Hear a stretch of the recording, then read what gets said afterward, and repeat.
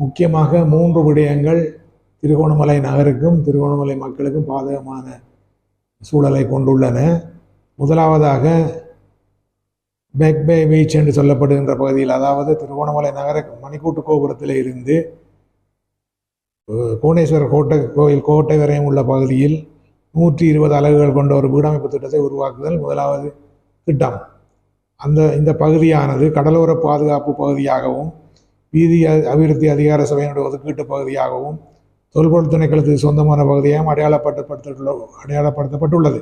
சட்டப்படி இந்த பகுதியில் வீடமைப்பு திட்டம் ஒன்றை உருவாக்க முடியாது. ஆனாலும் அதிகாரிகள் இந்த திட்டத்தை முன்மொழிந்திருக்கின்றார்கள். முன்னாள் குடியரசுத் தலைவரான கோத்தபாய ராஜபக்ச அவர்கள் நகர அபிவிருத்தி அதிகார அமைச்சின் செயலாளர் இருந்த பொழுது அவர் 2005 2015 ஆண்டு கால பகுதியிலே இதில் ஒரு வீடமைப்பு திட்டத்துக்கான முன்மொழியை வைத்திருந்தார். அது ஒப்புதலுக்காக நகர அபிவிருத்தி அதிகார சபையினுடைய மத்திய குழுவுக்கு அனுப்பப்பட்ட பொழுது இந்த குழுவை நிராகரித்தது. அது அந்த நிராகரிப்புக்காக பின்வரும் காரணங்களை கூறியிருந்தது. முதலாவதாக இந்த பகுதி கடலோர ஒதுக்கீட்டு பகுதிக்குள்ளே அடங்குகிறது என்பது முதலாவது காரணம். 2வது காரணம், இந்த பகுதி வீதி அபிவிருத்தி அதிகார சபையினுடைய ஒதுக்கீட்டு பகுதியாக இருக்கின்றது என்பது 2வது காரணம். 3வது காரணம், இந்த பகுதி தொல்பொருள் துறைக்கு சொந்தமாக உள்ள பகுதியாக இருக்கிறது என்பது 3வது காரணம். 4வது, இந்த பகுதி அழகு நிறைந்த திருவண்ணாமலை டச்வே பேக்வே கடற்பகுதிகளை உள்ளடக்கிய பகுதி என்பது அடுத்த காரணம். இதனாலே இதிலே வீடமைப்பு திட்டத்தை உருவாக்கினா சுற்றுலா பயணிகளுடைய கவர்ச்சி இல்லாமல் போய்விடும் என்பது அந்த காரணம். அடுத்த காரணம், இந்த பகுதி அபிவிருத்தி செய்யப்படும் பொழுது கோணேஸ்வரனுடைய பார்வையும் கோட்டையினுடைய பின்புற வாசலும் அடைபட்டு போகும், தெரியாமல் போய்விடும் என்று சொல்லி இந்த திட்டத்தை நிராகரித்தது. மேற்படி காரணங்கள் நிமித்தம் இந்த இடம் வீடமைப்பதற்கு பொருத்தமற்ற இடம் என்று இதே நகர அபிவிருத்தி அதிகார சபையினுடைய மத்திய திட்டமிடல் குழு நிராகரித்தது. அதற்கு பிற்பட்ட காலத்திலே முன்னாள் குடியரசுத் தலைவர் கோத்தபாய ராஜபக்ச அவர்கள் இருந்த பொழுது இதிலே ஒரு உணவகம் ஒன்றை சுற்றுலா பயணிகளுக்காக அமைப்பதற்கான திட்டம் ஒன்று முன்மொழியப்பட்டது. அந்த திட்டத்தையும் முற்றொன்ன காரணங்களுக்காக நகர அபிவிருத்தி சபையினுடைய பிரதான திட்டமிடல் குழு நிராகரித்து விட்டது.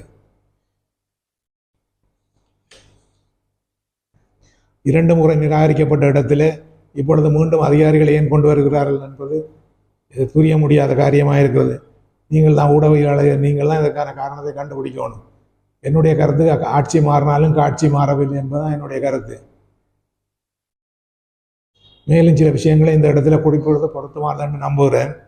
ஒன்று, இந்த திட்டம் கோணேஸ்வரர் கோயில் கோட்டைக்கும் அருகில் உள்ள பகுதியிலே பேக்வே பீச்சில் அனுமதியின்றி சட்டவிரோதமாக குடியேறுற மக்களுக்கான 120 வீடு அமைக்கிற ஒரு திட்டம். இந்த மக்கள் இதிலே குடியேறி இருந்த பொழுது சுனாமி ஏற்பட்டது. சுனாமி காலத்தில் இவர்களுக்கு பாதுகாப்பாக வீடு அமைத்து கொடுக்க வேண்டும் என்று 4ஆம் கட்ட பகுதி லவ்லேன் பகுதியில் வீடு அமைத்து கொடுத்திருக்கிறார்கள்.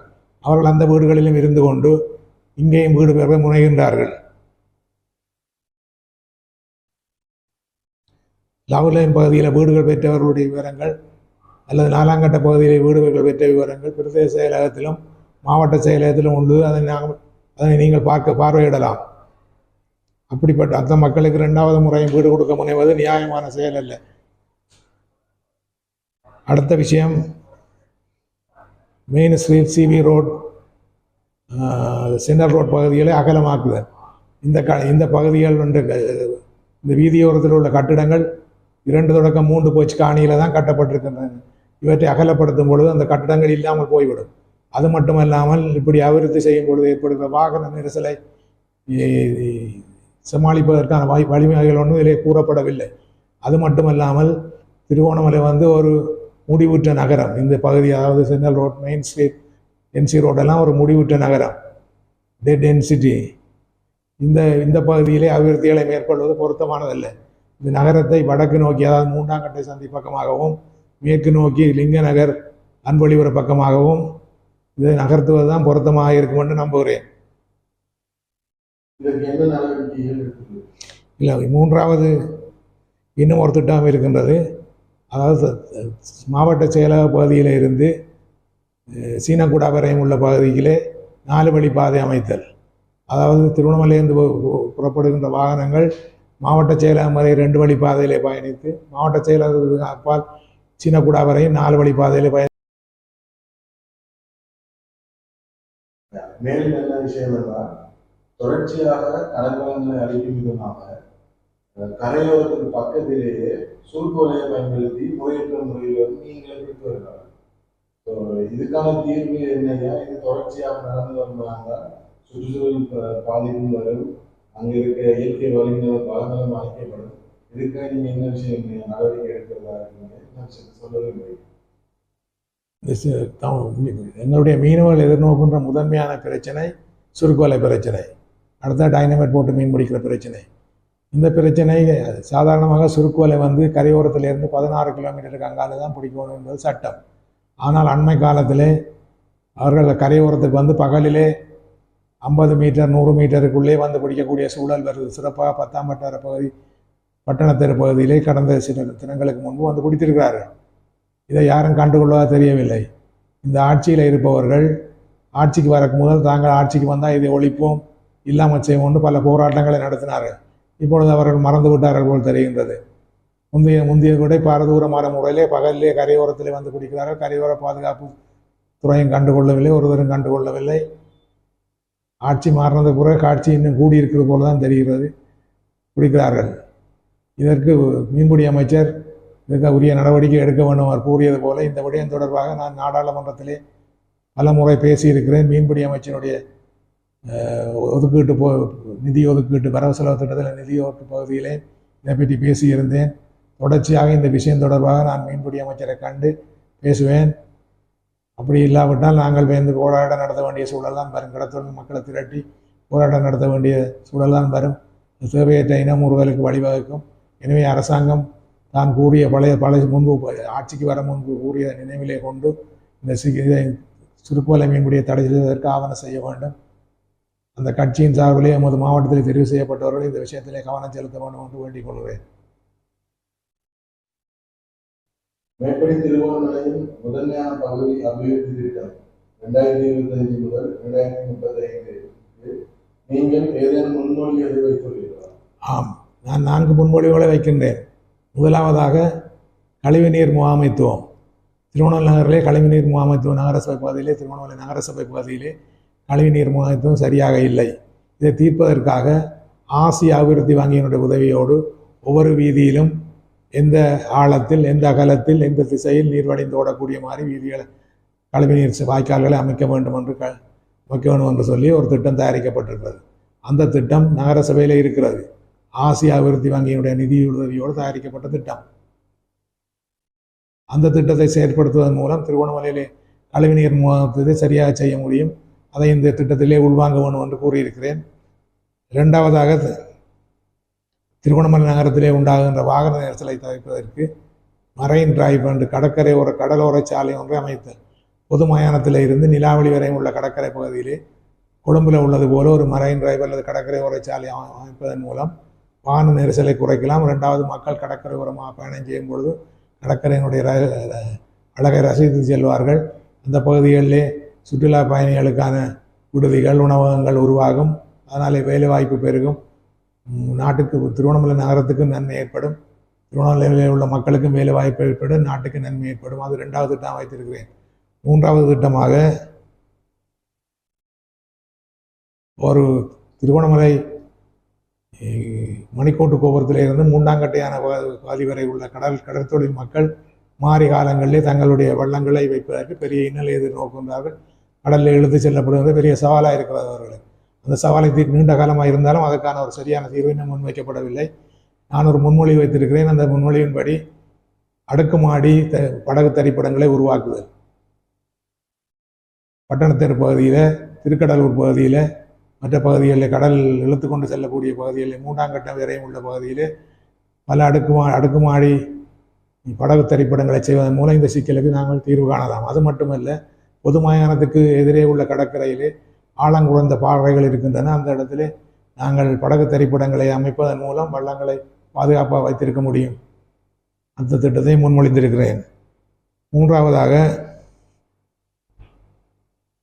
4வதாக மரணச்சடங்கு நடத்தும் ஒரு மலர்ச்சாலை அமைத்தல்.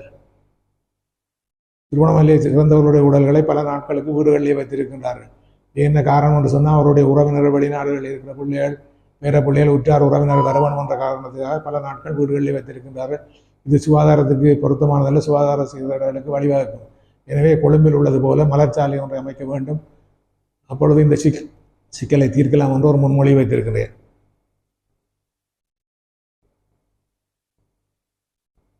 அதிகார சபையும் திருவண்ணாமலை நகர அபிவிருத்தி அதிகார சபையும் திருவண்ணாமலை நகர சபையும் இணைந்து ஓர் அபிவிருத்தி திட்டத்தை தயாரித்துள்ளதாக அறிகிறது. இது பற்றி நீங்கள் அறிவீர்களா? ஆம், நான் அறிவேன். திருகோணமலை நகர சபையும் நகர அபிவிருத்தி அதிகார சபையும் இணைந்து ரிங்கமலி கோ ஏரியா டெவலப்மெண்ட் ப்ரோக்ராம் 2025 to 2035, அதாவது திருகோணமலையின் முதன்மையான பகுதி அபிவிருத்தி என்னும் ஒரு 10 ஆண்டு திட்டத்தை தயாரித்திருக்கின்றார்கள்.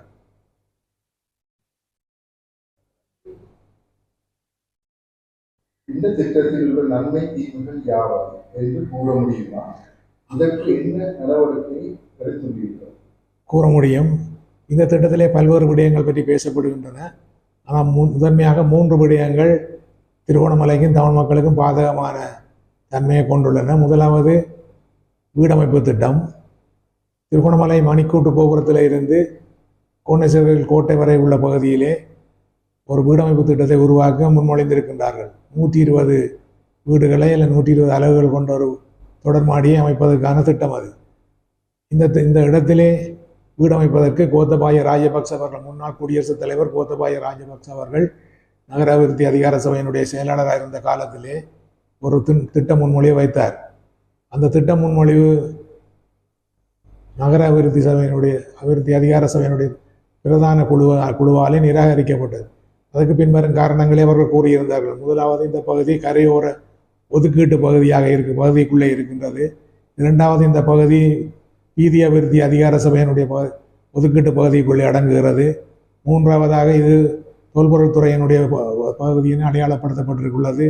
நான்காவதாக, திருவண்ணாமலையில் அழகு நிறைந்த கடற்கரைகளான டச்வே பீச், பேக்பை பீச் ஆகிய பகுதிகள் இந்த வீட்டு திட்டத்தை அமைப்பதன் மூலம் அதனுடைய தன்மையை இல்லாத போய்விடும். அது சுற்றுலா பயணிகளை கவர முடியாத சூழல் உருவாகும் என்பதோடு புவனேஸ்வர் கோயிலினுடைய பார்வையும் கோட்டையினுடைய பின்பக்க கதவும் மறைந்து போய்விடும் என்று கூறியிருந்தார்கள். அந்த காரணங்கள் நிமித்தம் பிரதான திட்டமிடல் குழுவினால் இது நிராகரிக்கப்பட்டது. நீங்கள் சொன்ன விடயங்கள் மக்களுக்கு பெரும் பாதிப்பை ஏற்படுத்துமாக இருந்தால் இதற்கான நடவடிக்கைகள் நீங்கள் என்ன எடுத்துள்ளீர்கள்? இந்த திட்டத்தின் தொடர்பாக என்னுடைய கவலையையும் கடும் எதிர்ப்பையும் தெரிவித்து நகர அபிவிருத்தி அதிகார சபையினுடைய அமைச்சு செயலாளருக்கும் அமைச்சருக்கும் திருவண்ணாமலையில் உள்ள நகர அபிவிருத்தி அதிகார சபை அதிகாரிகளுக்கும் நகரசபை செயலாளருக்கும் எழுத்து மூலமாக தெரிவித்திருக்கிறேன். அது மட்டுமல்லாமல் ஆளுநர், அரசாங்க அதிபருக்கும் அறிவித்திருக்கிறேன். தொடர்ந்து அவற்றை கவனிப்பேன்.